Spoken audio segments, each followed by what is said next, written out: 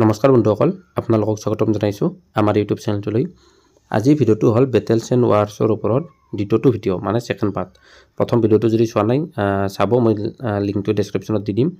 এইটো হ'ল second part আজিৰ। এই ভিডিওটোটা ভালদৰে চাব, গোটেইখিনি ভালদৰে লিখি ল'ব বা চাব, মনত ৰাখিব, কাৰণ এই বেটেলছ এণ্ড ৱাৰ্ছৰ ওপৰত এক্সামত যিকোনো হ'লেও মানে প্ৰশ্ন এটা অহা দেখা যায়। যোৱাবাৰো আহিছিল আৰু এইবাৰো অহাৰ চান্স বেছি হৈ আছে। ভিডিওটো ভালদৰে চাব। বলো আজি ভিডিওটো আৰম্ভ কৰোঁ।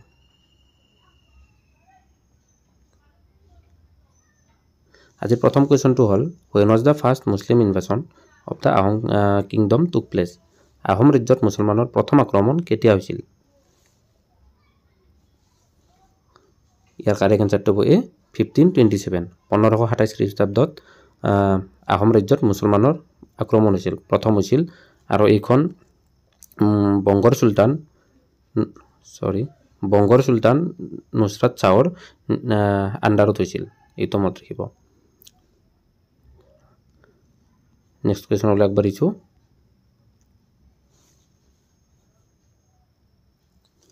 In which battle Babar defeated Ibrahim Lodhi? কোনখন যুদ্ধত বাবৰে ইব্ৰাহিম লোধিক পৰাস্ত কৰিছিল?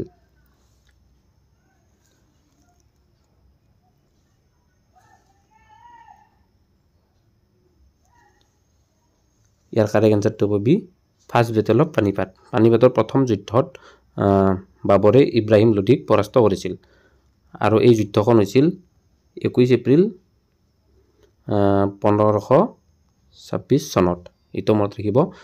প্ৰথম পানিপাটৰ যুদ্ধ হৈছিল 21 এপ্ৰিল 1526 চনত।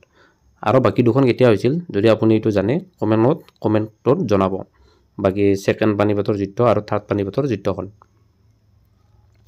নেক্সট কুৱেশ্যনলৈ আগবাঢ়িছোঁ।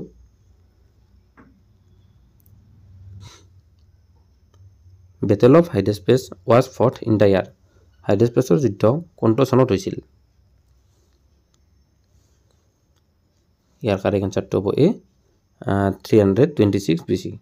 326 BCত হাইডেছপেচৰ যুদ্ধ হৈছিল আৰু এই যুদ্ধখনক জেলাম বুলিও কয়। এইটো মনত ৰাখিব, জেলাম বুলি কয়, বা ফাৰ্ষ্ট বেটেল অফ জেলাম বুলিও কয়। এইটো মনত ৰাখিব, ফাৰ্ষ্ট বেটেল অফ জেলাম। আৰু এই যুদ্ধখন হৈছিল আলেকজাণ্ডাৰ আৰু পৰাছৰ মাজত। বলক নেক্সট কুৱেশ্যনলৈ যাওঁ। During the reign of which Ahom king the treaty of অসুৰৰ আলি was signed? কোনজন আহোম ৰজাৰ ৰাজত্বকালত অসুৰৰ আলি সন্ধি স্বাক্ষৰিত হৈছিল? ইয়াৰ কাৰেক্ট এনসাৰটো হ'ব এ প্ৰতাপসিংহ। প্ৰতাপসিংহ ৰাজত্বকালত অসুৰৰ আলি চাইন হৈছিল। Next question. In which battle Humayun was defeated by Sher Shah Suri? কোনখন যুদ্ধত হুমায়ুন শ্বেৰশ্বাহ ছুৰীৰ হাতত পৰাস্ত হৈছিল?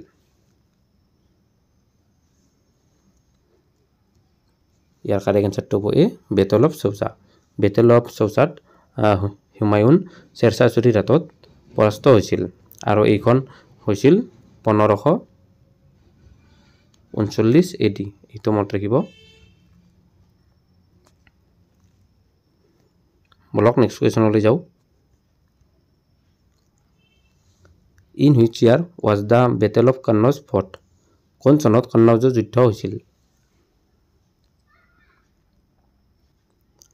ইয়াৰ কাৰেক্ট এনসাৰটো হ'ব এ 1544 AD। 1540 খ্ৰীষ্টাব্দত কান্নৌজৰ যুদ্ধ হৈছিল আৰু তাৰিখটো মনত ৰাখিব 17 মে 1540 চনত কান্নৌজৰ যুদ্ধ হৈছিল। Next question. In which year did the first battle of Panipat took place? কোন চনত পানিপাটৰ প্ৰথম যুদ্ধ হৈছিল?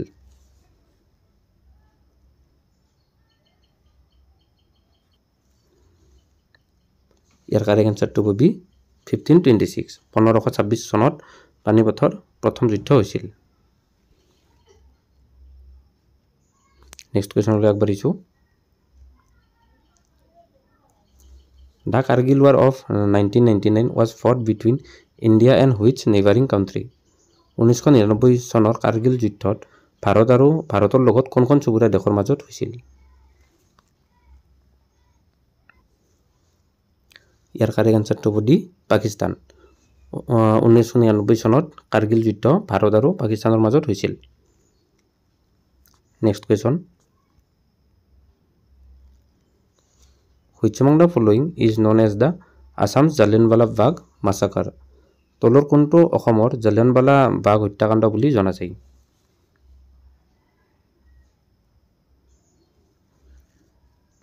ইয়াৰ কাৰেক্ট আনসাৰটো হ'ব বি পথাৰুঘাট জালিয়ানৱালা বাগ মাছাকাৰ পথাৰুঘাট ৰণ বুলি জনা যায় আৰু এইখন হৈছিল 1894 চনৰ 28 জানুৱাৰীত এইটো মনত ৰাখিব